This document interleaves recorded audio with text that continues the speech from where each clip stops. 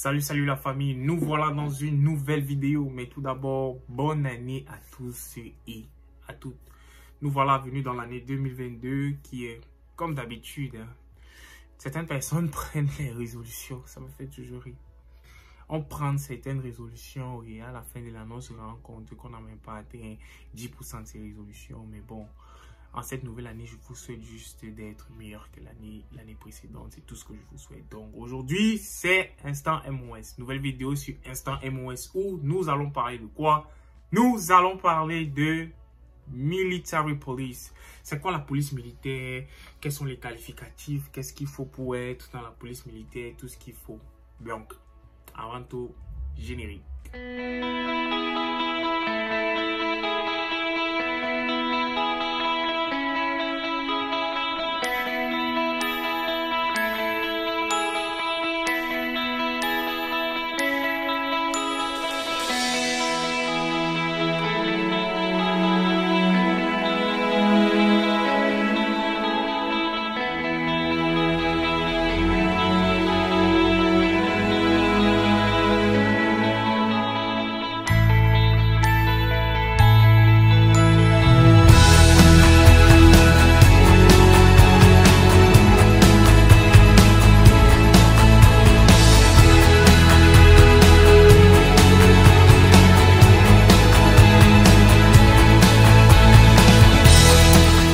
Police militaire encore appelé 31 Bravo, 31B, 31 Bravo.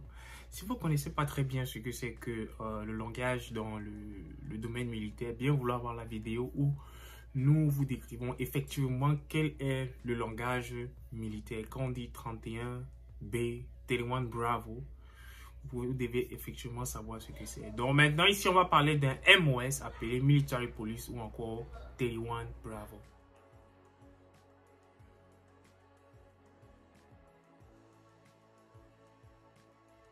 Alors, qui sont qualifiés pour d'abord être 31 Bravo? Vous devez être citoyen américain. Vous ne pouvez bien sûr malheureusement pas seulement avoir la green card et faire partie de la police militaire. Désolé. Vous devez être citoyen américain. Les green cards ne sont pas qualifiés pour être dans la police militaire. Donc, il faut être d'abord citoyen américain et c'est un job qui est réservé uniquement aux enlisted, active duty, ou bien Reserve ou encore National Guard. Et c'est un entry level, on n'a pas besoin d'avoir un bachelor degree et tout ça. Donc, c'est un enlisted job, 31 Bravo, ou encore qui vous permet, du moins d'entrée de jeu, vous pouvez déjà servir dans la police militaire américaine. Donc, et vous devez forcément être, comme on l'a dit précédemment, vous devez être citoyen américain. Alors, c'est quoi le rôle de la police militaire? La police militaire a pour rôle de protéger les hommes et les vies. C'est un concept un peu étrange aux États-Unis. Quand on dit protéger les hommes et les vies, à comprendre qu'aux États-Unis, il n'y a pas seulement que les hommes, il y a les vies. Et on parle de vie ici, il y a ce qu'on appelle aux États-Unis les pets, tels que, on va dire, les chiens, les chats.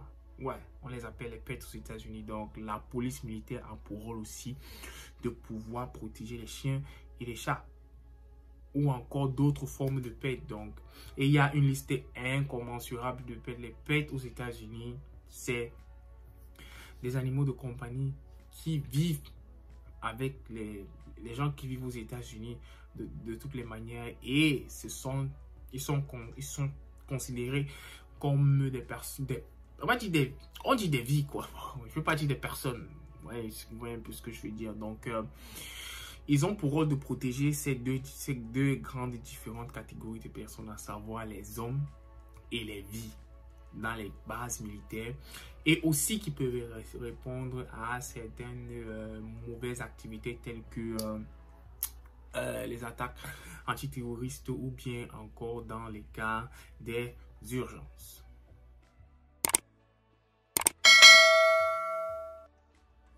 Maintenant, il faut parler des qualificatifs sur le papier en ce qui concerne les scores, bien sûr. Il faut bien sûr d'abord passer son ASVAB. À noter que passer son ASVAB, c'est avoir une note supérieure ou égale à 31 sur 99 en ce qui concerne l'US Army quand vous avez le baccalauréat. Maintenant, une fois que vous avez le GED, vous devez avoir une note qui est généralement entre 60 voire 61 sur 99 pour pouvoir passer le ASVAB. Ensuite, il ne faut pas seulement passer le ASVAB, il faut vous concentrer sur ce que on a toujours énoncé ici, les lignes de score. Regardez toujours vos lignes de score, même quand vous passez votre test, votre pré-test. Quand vous rencontrez votre recruteur la première fois, ne soyez pas simplement concentré, bien focus sur votre score général. Regardez vos lignes de score parce que ce sont ces lignes de score-là qui vous permettront de choisir X ou Y job.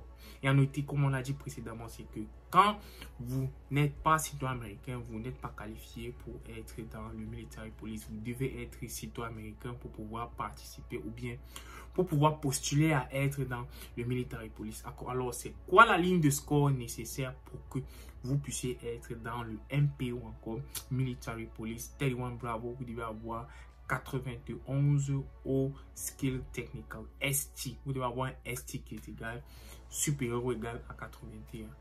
Et le basic training, c'est normalement 10 semaines et vous avez 20 semaines de ce qu'on appelle One Station Unit où vous allez aller apprendre votre job pour forcément devenir un membre de la police militaire américaine.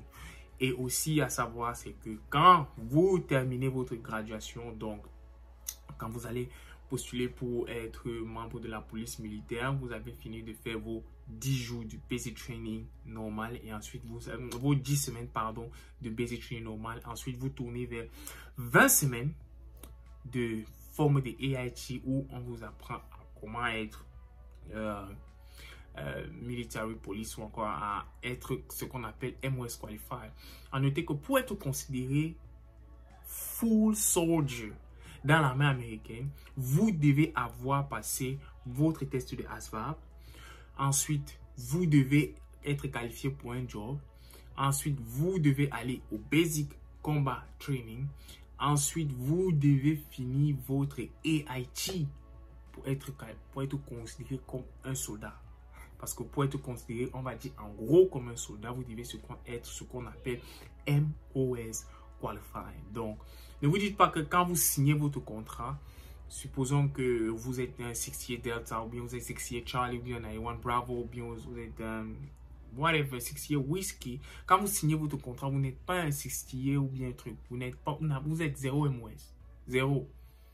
Ça, c'est votre cursus. Maintenant, si vous passez toutes les étapes, vous allez être ce MOS là. Donc, vous devez avoir ça dans votre tête. Donc, ici, en ce qui concerne le military police, vous devez faire vos 10 semaines de basic training, vos 20 semaines de One Unit Station, on vous apprend à être military police MP, tout ce qui va avec.